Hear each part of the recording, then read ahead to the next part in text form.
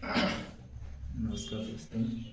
आज बहुपद का एक बहुत ही महत्वपूर्ण चैप्टर लेकर हम आपके लिए लाए हैं, जिसमें बहुपद की हमें क्या परिभाषा पता होना चाहिए।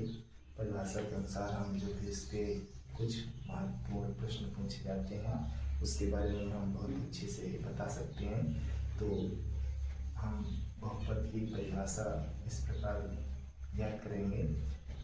कोई भी बीजगणितीय व्यंजक जिसमें चर की घातें ऐसी हों, धनात्मक हों एवं पूर्ण संख्या में हों।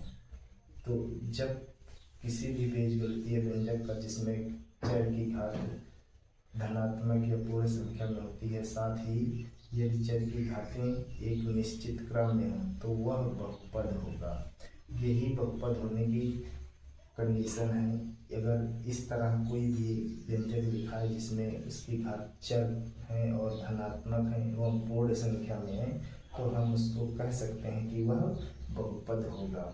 तो अब इसमें कुछ सावधानियां भी बरतनी पड़ती हैं, देखनी पड़ती हैं कि यदि चर की घातें कैसी हों, परिमेय हों या ऋणात्मक हों, तो वह बहुपद नहीं कहलाएगा। क्योंकि जो भी बीजगणितीय व्यंजक है उसमें हमें घात कैसी होनी चाहिए, या तो पूर्ण संख्या हो और धनात्मक हो और क्रम से हो, निश्चित क्रम से हो, ये भी जरूरी है। तो कौन सी बहुपद होगा कौन सा नहीं होगा, तो हम इन जो मुख्य बिंदु हैं इनको ध्यान में रखते हुए हम यह ज्ञात कर सकते हैं कि यह बहुपद है या नहीं है। जैसे आपको उदाहरण दिया गया है 5x² - 3x कहते 1/3 + 1। अब यह बहुपद नहीं है, ठीक है। पहले हम इसको देख लेते हैं कि उदाहरण में क्या दिया गया है। तो हम देख रहे हैं यहाँ कि 5x² - 3x इसकी घात कितनी है, 1/3 है + 1। तो बहुपद नहीं है क्योंकि x की घात क्या है, परिमेय संख्या। परिमेय क्या होता है कि भिन्न के रूप में होती है। 1/3 के रूप में x की घात है, मतलब कि चर की घात कैसी है, 1/3 है, इसलिए यह बहुपद नहीं होगा। इसी प्रकार आप दूसरा उदाहरण दे सकते हैं कि 5x की घातें -2 + 3x + 5 बहुपद नहीं है क्योंकि x की घात कैसी है, ऋणात्मक है। तो आप देख रहे होंगे कि इसमें x की घात कैसी है, ऋणात्मक, तो इसलिए यह बहुपद नहीं होगा। उसी प्रकार से अब आप इन जो भी ये क्वेश्चन दिए गए हैं इनके भी घातें लिख सकते हैं कि यह कैसा, यह बहुपद है या नहीं। तो हम जैसे पहला उदाहरण आपको देते हैं कि जैसे इसमें लिखा है 5x² - 3x + 6।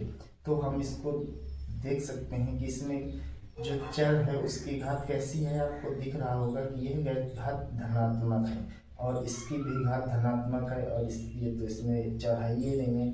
तो इसका मतलब यह जब बता रहा है कि यदि चर की घात कैसी है, धनात्मक एवं पूर्ण संख्या हो, तो इसका मतलब ये दोनों कंडीशन फॉलो कर रहा है। ये कैसा है, बहुपद है, बहुपद है। इसी प्रकार आप इसको देख रहे हैं उदाहरण नंबर दूसरा। तो इसमें लिखा है √5x की घातें 3 + 2x² - 6x + 6।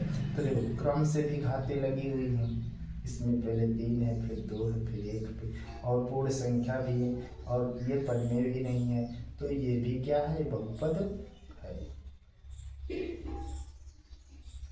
अब इसको देख लीजिए, इसको तो इसमें भी चर की घात कितनी लगी है, 2, और इसमें चर की घात 1 है, इसमें भी चर तो है नहीं, तो ये भी क्या होगा, इसकी जगह में आप फिर ये कंडीशन पूरे फॉलो कर रहा है कि इसकी घातें कैसी हैं, धनात्मक हैं, पूर्ण संख्या है, साथ ही एक चर की घातें निश्चित क्रम में लगी, तो इसमें भी क्रम से लगा सकते हैं। तो ये क्या हुआ, ये भी बहुपद है। अब एक ये बचा है। अब इसमें देखिए कि ये अगर रूट लगा होता है तो किसी भी संख्या की अगर रूट लगा है या चर लगा है तो रूट का मतलब होता है आधा, 1/2। तो मतलब इस तरह की घात होगी तो ये मतलब कि परिमेय होगी। तो जब ये परिमेय होगी तो ये बहुपद नहीं है।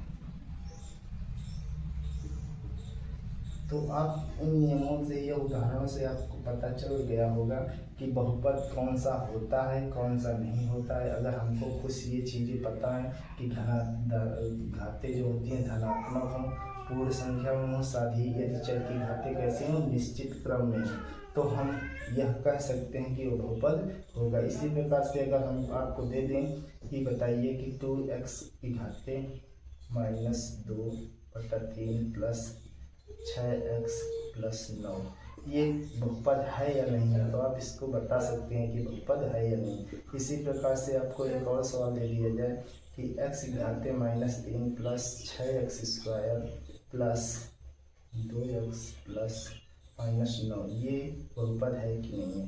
अगर इसी प्रकार से एक और सवाल दे दिया जाए कि 5x की घातें -2 प्लस 6x की घातें 1/2 प्लस 9, तो आप इनको सभी को बता सकते हैं कि ये कैसे समीकरण है, ये व्यंजक बहुपद हैं या नहीं है। तो इस प्रकार से कुछ बेसिक जानकारी को हम लोग अगर समझ लें तो हम बहुत ही आसानी से बता सकते हैं कि ये दिए गए व्यंजक बहुपद हैं या नहीं है। इस तरह के एनएमएस परीक्षा में बहुत सारे क्वेश्चन पूछे जाते हैं, प्रत्येक वर्ष 2 या 3 क्वेश्चन इस तरह। केवल आपको यही बताना होता है कि यह व्यंजक जो दिया गया है यह व्यंजक बहुपद है या नहीं है।